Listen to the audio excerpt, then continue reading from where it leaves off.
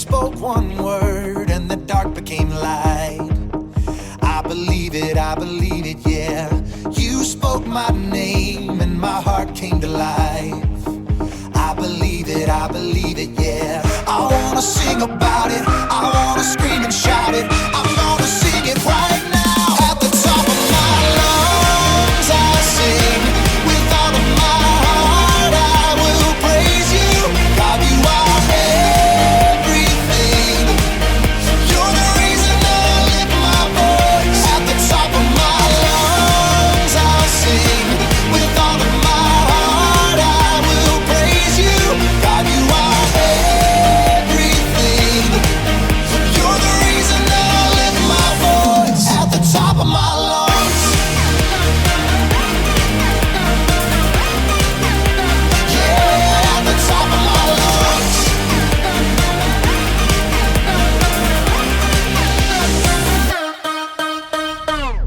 You're all I need every day in my life. I believe it, yeah. You're all I need, always here by my side. I believe it, yeah. I wanna sing about it, I wanna scream and shout it. I wanna sing it right now. At the top of my lungs I sing. With all of my heart I will praise you. God, you are everything. You're the reason that I lift my voice. At the top of my lungs I'll sing. With all of my heart I will praise you. God, you are everything. You're the reason that I lift my voice. At the top of my lungs. Yeah, at the top of my lungs. Oh, at the top of my lungs. I'm gonna scream it, oh, I'm gonna shout it. I'm gonna sing it out. At the top of my lungs. I'm gonna scream it, oh, I'm gonna shout it. I'm gonna sing it right now.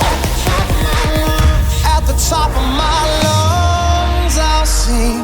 With all of my heart I will praise you. God, you are everything. You're the reason that I lift my voice. At the top of my lungs I'll sing. With all of my heart I will praise you. God, you are everything.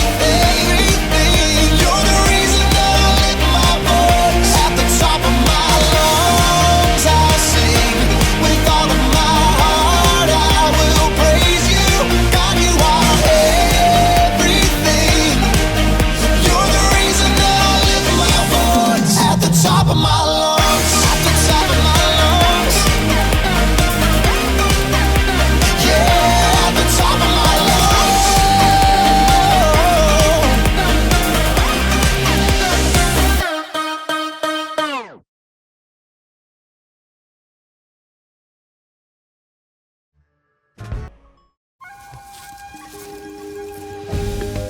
Hey, good day, adventurers. Welcome to Story Lab. This week, we're taking a look at the story of a man who went on a road trip but didn't keep a lookout for trouble. Whoa! If you look right over there, you'll see a wild 10-toed sloth. What?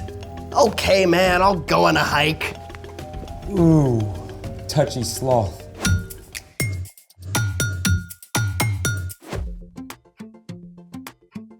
Hey, I'm Carter. Currently flying solo till my buddy, Zeke, gets back from his hike. This week we're talking about what it looks like to live like Jesus. You know, I hope he's doing it. Zeke! Are you okay? I'm fighting the door. What happened?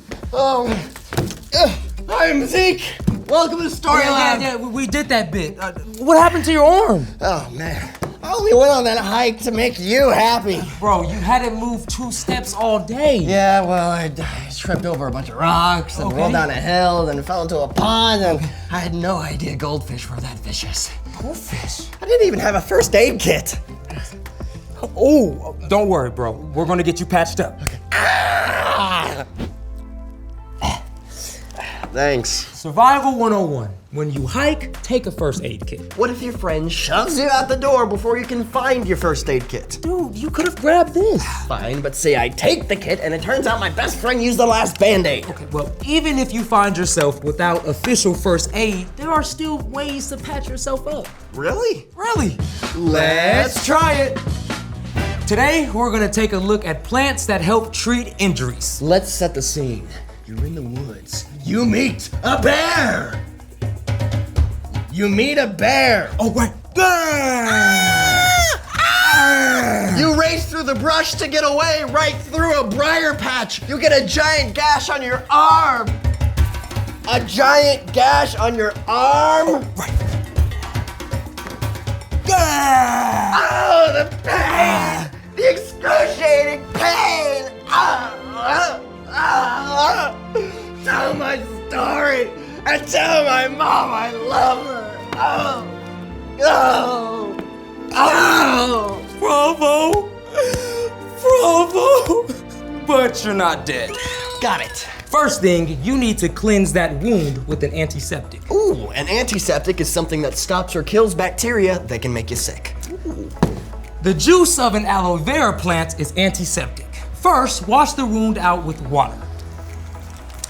Then, snap off a piece of the aloe vera and apply the juice to the wound. This stuff is awesome on burns too. My mom keeps an aloe plant in the kitchen. It even works on sunburn. But what if, say, my terrible wound still really hurts? Then you need an anesthetic. Oh. An anesthetic is something that makes you less sensitive to pain. Which brings us to one of my favorite plants. Cattails. Full disclosure, the Story Lab is not located in a swamp, therefore these are dried cattails. Fair. Yeah, well, cattails are known as the grocery store of the swamp. You lost me. Cattails are super useful. If you're hungry, the roots can be peeled and eaten. The pollen can be used like flour to make pancakes. And if something hurts, you can break off the bottom of a fresh cattail, like that, and you'll find an anesthetic gel inside. Oh, sweet relief. Nothing like fake relief for a fake wound. Now, of course, you won't find all of these plants where you live, but you can get a grown-up to help you look up helpful plants in your area. Thanks for patching up my mortal wound. Happy to help. Speaking of which, it's time for... The story before the story. Today we're in the book of Luke. During his time on earth, Jesus traveled to many towns and cities, teaching people about God. To help people understand, he often used parables. Parables are short stories that teach a lesson. They often use everyday objects and situations. Jesus was a master storyteller. His stories helped people think for themselves, make connections, and remember what he said. Which is where our story starts. Take it away. Hey there, adventurers. I'm Brian, and today we're talking about what it looks like to care for one another. But before we get to Jesus' story, I want to share something that the Apostle Paul wrote: carry one another's heavy loads. If you do, you will fulfill the law of Christ. The story Jesus told is an incredible picture of what that can look like. One day, as Jesus was teaching, a man who was an expert in religious laws stood up to test him. Teacher, what must I do to receive eternal life? What is written in the law? Love the Lord your God with all your heart and with all your soul. Love him with all your strength and with all your mind. And love your neighbor as you love yourself. You have answered correctly. Do that and you will live. But who is my neighbor? I mean, really. That's a very broad term. Seems like a reasonable question, right? But here's the catch. What this man really wanted to know was the least he could do to keep God's laws. Like, you have to love the person who lives 2 doors down, of course, but if they live around the corner, don't worry about it, you can just ignore them. No. God's kingdom is about way more than rules, it's about our hearts. Jesus knew what was in the law expert's heart. So instead of giving him just a direct answer, Jesus told a story. Now, if we heard that story today, it might sound something like this. A man was walking down from Jerusalem to Jericho. Boy, oh boy, such a beautiful day. What could possibly go wrong? On his way, the man was attacked by robbers. Get him! Take his clothes! I got his shoes. They beat up the man, and took off, leaving him half dead. Ouch. Now a priest was traveling that road too. Help! Ugh, how vulgar. He's probably some sinning sinner who got what he deserved. Sinner. I'll pray for him. Probably. The priest crossed to the other side of the road and passed on by. As the day wore on, the injured man grew weaker and more desperate. At last, a worship leader came walking down the road. Help. Please. Yuck. A nasty vagrant. I hate being around dirty people.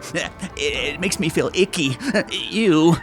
So the worship leader crossed to the other side of the road and passed on by just like the priest. The injured man began to lose all hope. But then, a Samaritan man came riding down the road. Now, at this time, Jewish people and Samaritans were enemies. They worshiped God differently and avoided each other. In fact, most Jewish people would travel many miles out of their way to keep from even meeting a Samaritan. The injured man probably expected the worst when he saw a Samaritan. Oh no! But here's where Jesus flipped the script, because when the Samaritan saw the traveler, he felt sorry for him. The Samaritan man bandaged the traveler's wounds, treating them with oil and wine. Just hold on, bud. We're gonna get you fixed right up. The Samaritan man put the traveler on his donkey and took him to an inn. I need a room. The Samaritan cared for the injured man. Before leaving the next day, he gave some money to the innkeeper. Take care of him. When I return, I will pay you back for any extra expenses. When Jesus finished telling this story, he spoke directly to that law expert. Which of the three do you think was a neighbor to the man who was attacked by robbers? The one who felt sorry for him. Go and do as he did. Jesus' story made it clear. Our neighbors aren't just the people who live near us. A neighbor is anybody we meet who needs our help. And loving others like Jesus is what God designed us for. As Paul wrote, carry one another's heavy loads. If you do, you will fulfill the law of Christ. The end. A Samaritan stopping to help a Jewish person? That would have been like, A Red Sox fan and a Yankees fan getting along. Well, Jesus certainly made it clear that God's love is for everyone, not just the people in our particular group. So, what's our part in this story? Well, God wants us to live and love like Jesus. And one of the best ways we can do that is by caring for one another, for the people that God puts in our path every day. so you could care for a friend by listening when they're sad or mad. Or by inviting someone who's alone at lunch to sit with you. Yeah, those are great suggestions. And often, caring for others looks like doing more than you have to.